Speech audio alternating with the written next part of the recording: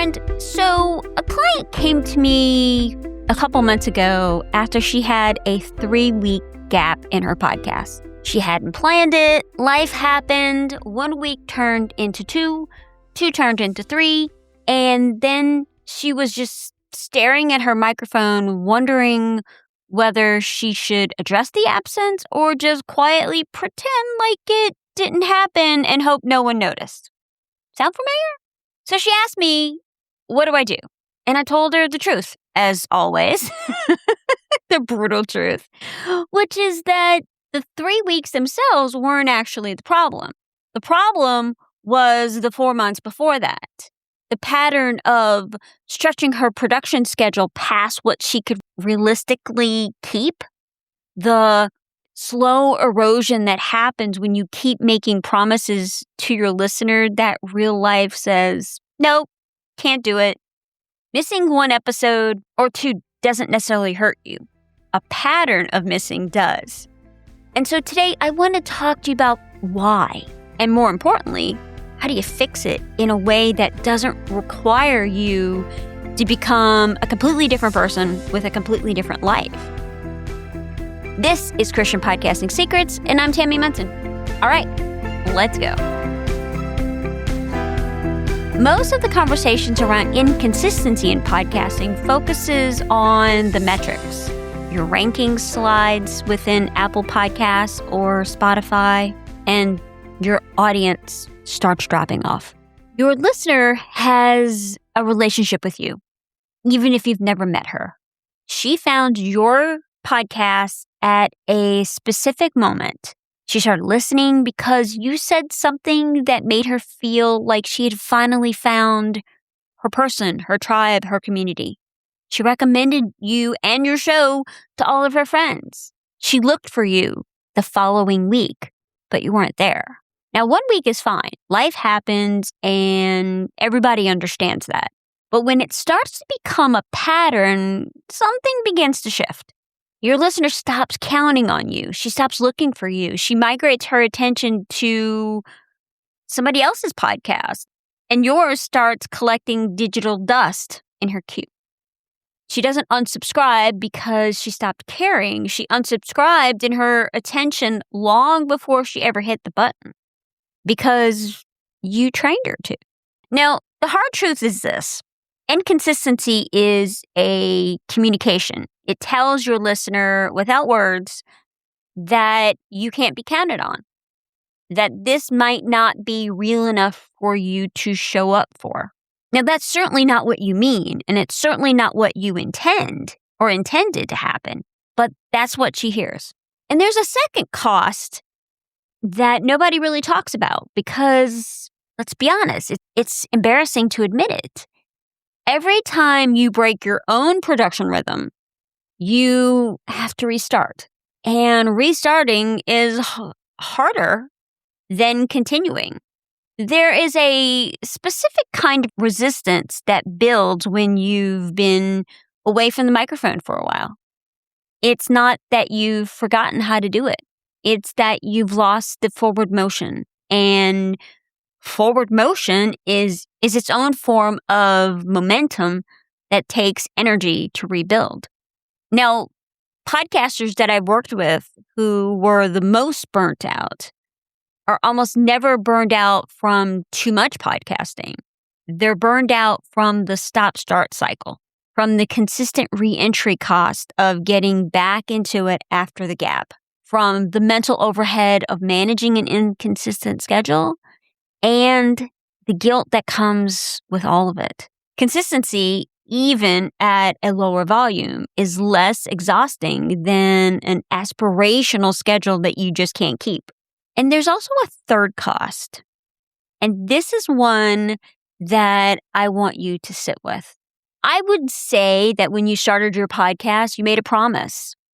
Not in writing, of course, not out loud necessarily, but in the act of starting. You said, I have something worth saying and someone worth saying it to, and I'm going to show up for her. Now, every time you break that rhythm, without intention, of course, you're borrowing against that promise. Not forever, not unforgivably, but slowly. And eventually the borrowing starts to change how you see the podcast itself. It starts to feel less like a calling and more like an obligation you're behind on. And I can tell you this for certain, my friend, nobody does their best work from that place.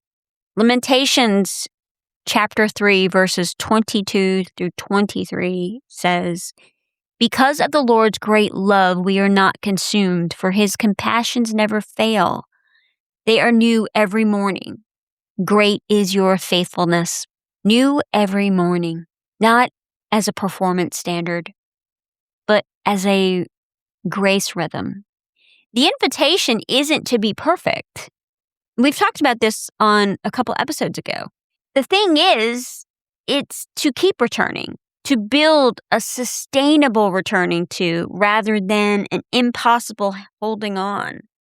And that distinction is what this episode is all about. Now let's talk about the fix. How do you fix this? So it's my capacity first system. So here's what I've learned from watching podcasters trying to fix inconsistency over the years. Almost every solution people reach for is a willpower solution. They're going to white knuckle it. They're going to wake up earlier. They're going to batch more. They're going to be more disciplined. They're going to create systems, and they're going to block the calendar. And yes, those things can help, but they all start from the same broken assumption, which is that the problem is a lack of effort.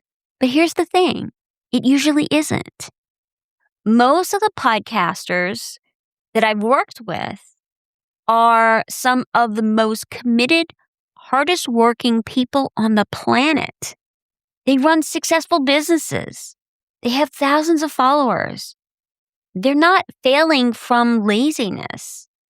They're failing from a production promise that was never honest about what their actual life allows. And so the fix doesn't begin with more discipline. It begins with a lot more honesty. So like I said, I'm going to give you today a framework called the capacity first system. Now, what exactly does that mean? Step 1, name your floor.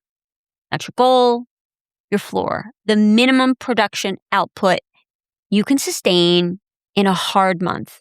The hard month is the baseline.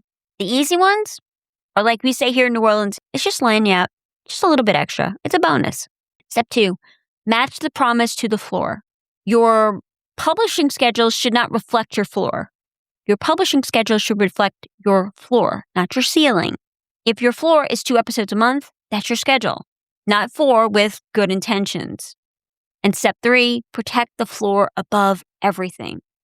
The floor doesn't move for good weeks or bad weeks. It's the number your listeners can count on. Everything above it is capacity you have in good or easy seasons. It never becomes a baseline. All right, so let's get into the specifics of all these. Step 1, name our floor. This is the question most podcasters have never answered truly honestly. They ask themselves, how many episodes do I want to make? They don't ask, how many episodes can I produce in a month when my kid is sick, I've got a work deadline, my husband is traveling, and I'm running about 60%. That number, that's your floor. For most people, it's somewhere between 2 and 4 episodes a month. For some, it's 1. I have one client right now who built a genuinely loyal audience on one thoughtful, purpose-driven episode every 2 weeks and nothing else. Whatever yours is, I want you to name it honestly, not from a place of perfection, but what you can actually do. Because everything in the capacity first system builds from that. Step 2, we match the promise to the floor. Your publishing schedule is a promise, and promises should be made from honest capacity, not perfect or optimistic capacity. So what I see a lot is podcasters announcing a weekly schedule during a high capacity season, sustaining it for anywhere from 6 to 8 weeks, and then quietly falling apart when life returns to normal. And then they feel like they failed. They didn't fail. They overpromised. The fix is to make the promise from the floor, not from the ceiling.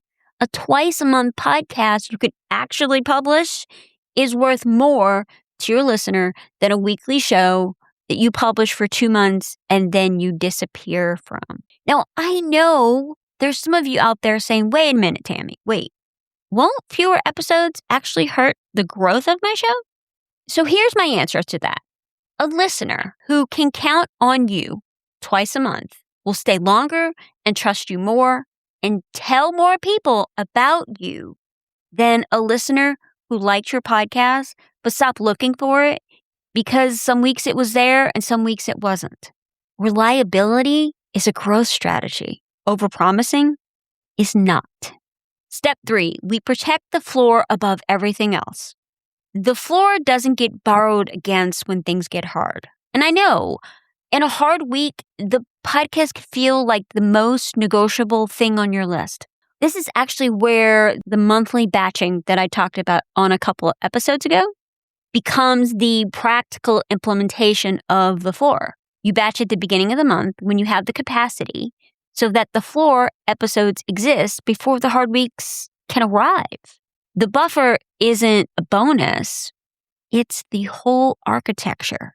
And in the seasons where you have more capacity than your floor requires, wonderful. Bank it. Get ahead. Let your good seasons fund the hard ones. But the floor is what your listener counts on. You need to protect it like the promise that it is. Now let's talk about burnout for a moment. And I want to address the second half of this episode's title directly.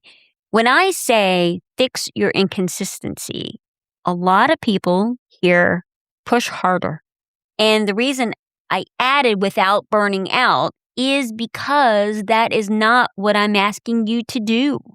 Many times when podcasters try to fix inconsistency, they tend to do it in the wrong way. They ramp up. They commit to a schedule they just can't sustain. They hold it for a few weeks on sheer determination and tenacity and probably a whole lot of coffee. And then they crash harder than they did before because the ramp up borrowed energy from a tank that was already running on empty. That cycle doesn't produce a consistent podcast. It produces a very consistent pattern of trying and crashing and trying and crashing, which is its own form of exhaustion. And that's not where I want you to be. The capacity for a system is asking you to do something differently. It's asking you to do less than you think you should, but do it faithfully. Less, with integrity, on purpose. Not because less is the goal, but because sustainability is the goal. And being sustainable requires honesty about what you can actually carry.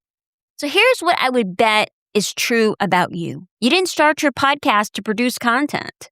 You started it because you had something to say and you believed someone needed to hear it. The conviction that we talked about in the last episode is still there.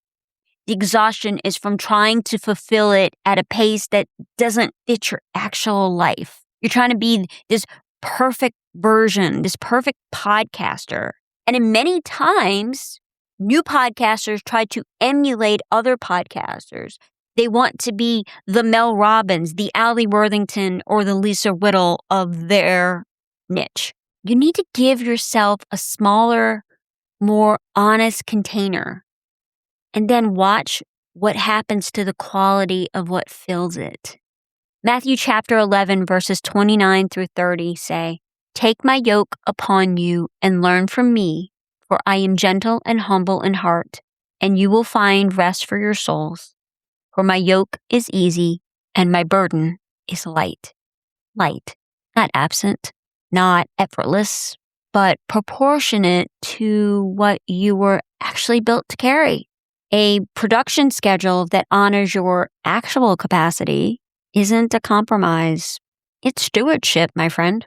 So here's what I want you to do. Your assignment this week is to find your floor.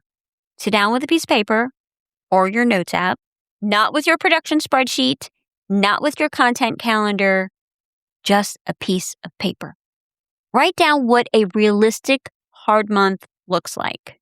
We're in May, so a lot of you with kids, you know exactly what I'm talking about. There's all the things that need to happen. A month where the schedule slips, the energy dips, the unexpected things land, kid projects, end of the year things, whatever that may be. What does that month actually look like for you? Then I want you to write the number. How many episodes can you honestly produce and publish it within that month? I'm not talking heroics here. Nobody is Captain America, and definitely not with when everything goes right. I'm talking about when everything blows up. What is that number in that month with that life? That's your floor. So next, look at whatever your current publishing schedule is. If it's higher than your floor, you have your answer. I believe you don't have an inconsistency problem. You have a overpromising problem. And overpromising is highly fixable. So build the schedule from the floor up. Protect it first. Let everything else be the bonus. Your listener will notice the difference. I promise you will. Friend, you were called to this, and you are human. Both of these are true. Calling doesn't disappear in the hard months, and the hard months don't disqualify the calling. The podcast your listener needs is not the heroic version you produce when everything is working. It's the faithful version you produce because you built a system that makes faithfulness possible, even when everything isn't perfect. Find your floor, trust it, build from there. And if you want help building that, the free strategy call is still open. It'll be open for the entire month of May. The link is in the show notes for you. Thank you so much for joining me on this episode of Christian Podcasting Secrets. Remember, my friend, you can love Jesus and analytics, and life is way too short for boring podcasts. I'll talk with you next time. Bye, y'all.